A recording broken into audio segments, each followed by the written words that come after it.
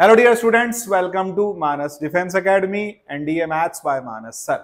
आइए कुछ question solve करते हैं। एनडीए मैथ्स के कुछ शॉर्ट ट्रिक्स लगाते हैं क्वेश्चंस में। शुरू करते हैं। जरा देखिए, if ABC is a triangle, D is equal to point given है, E given है, then the midpoints of the sides AB and AC respectively, what is the length of BC? देखो, इन क्वेश्चंस में थोड़ा दिमाग लगाइए।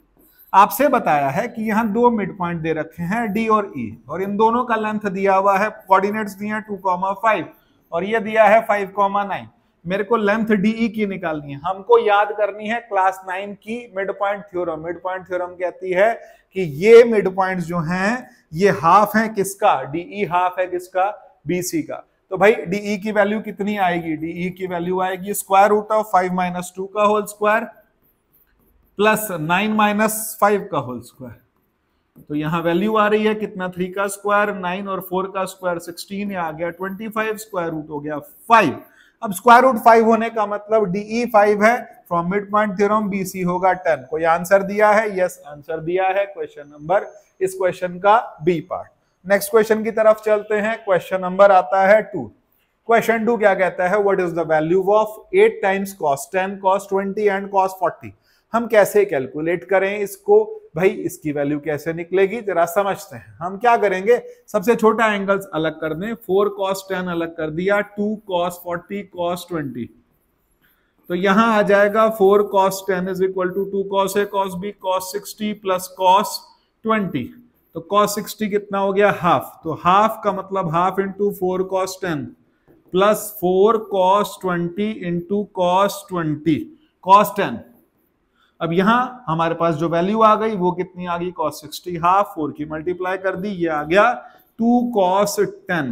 और उसके बाद यहाँ 2 cos A cos B का फार्मूला 2 बाहर करेंगे, cos 20 cos 10। तो cos 20 cos 10 का फार्मूला क्या बनेगा, cos 30 और प्लस cos 10। अब जब मैं इसको खोलता हूं तो वैल्यू मुझे क्या मिलती है, यहाँ आएगा 2 cos 10, यहाँ पर वैल्यू मिल रखी है, और यहाँ 2 cos A cos B का फार्मूला। तो ये बनता है मेरे पास 2 cos 10 और प्लस cos 30 2 इंटू √3/2 और प्लस लास्ट में आ रहा है 2 cos 10। तो इसका मतलब ये एक्सप्रेशन बन गया 4 cos 10 प्लस √3। अब यहाँ कोई ऐसा ऑप्शन आ रहा है क्या, नहीं आ रहा। हमारे पास जो ऑप्शन आ रहे हैं वो आ रहे हैं tan 10 cos 10 cot 10 cosec 10 और sec 10। तो इसका मतलब इसकी जो वैल्यू आएगी वो कितनी आएगी। अब ये वैल्यू चेक करने के लिए अब हम क्या करें, cot 10 होगा तो cot की वैल्यू जो है वो tan का रेसिप्रोकल होती है, ये tan 10 है, cosec 10 है या sec 10 है। तो भाई हमको ये देखना है कि ये जो वैल्यूज आ रही हैं इनमें कौन सी वैल्यू ऐसी है जो 1 से ज्यादा है। कैसे पता लगाएंगे, तो भाई ध्यान रखिए कि cos की वैल्यूज जो होती हैं और जो sin की वैल्यूज होती हैं, sin की वैल्यूज छोटी रहती हैं। साइन की वैल्यूज छोटी रहती हैं, मतलब मान लीजिए sin 30 है तो sin 30 क्या होता है, कोसेक sin 30 हाफ होता है, तो कोसेक 30 कितना होता है 2। जितनी वैल्यूज साइन की छोटी होंगी या कॉस की छोटी होंगी वैल्यूज बड़ी आएंगी। तो भाई हमारे पास में tan 10 तो नहीं होगा क्योंकि ये वैल्यूज बहुत छोटी होती हैं।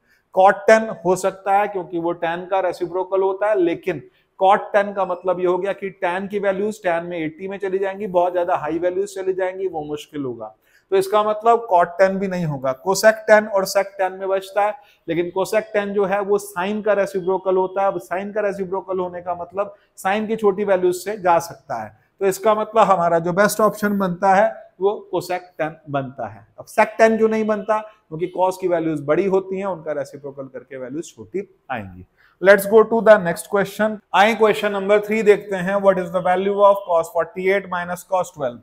cos C - cos D क्या होता है, 2 sin C plus D/2, 48 plus 12/2 sin 30 into sin कितनी वैल्यू आ जाएगी मेरे पास, sin 48 - 12, 48 - 12/2। तो इसका मतलब कितना हो गया मेरे पास 36/2 18। तो यहाँ कितना आ रहा है -2 इंटू 1/2 इंटू √5 - 1/4। तो इट्स कमिंग 1 - √5/4। ऐसा कोई ऑप्शन है। नेक्स्ट क्वेश्चन की ओर चलते हैं। क्वेश्चन नंबर आता है मेरे पास 4।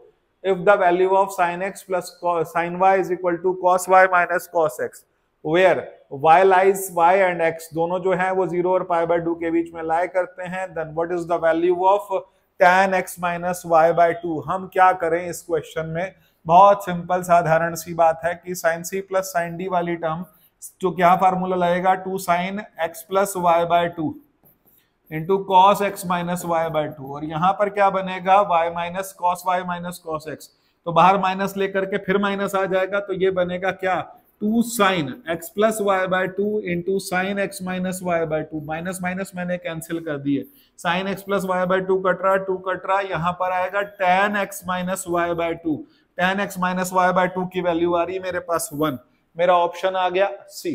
नेक्स्ट क्वेश्चन की ओर चलते हैं, क्वेश्चन नंबर 5 की बात करते हैं।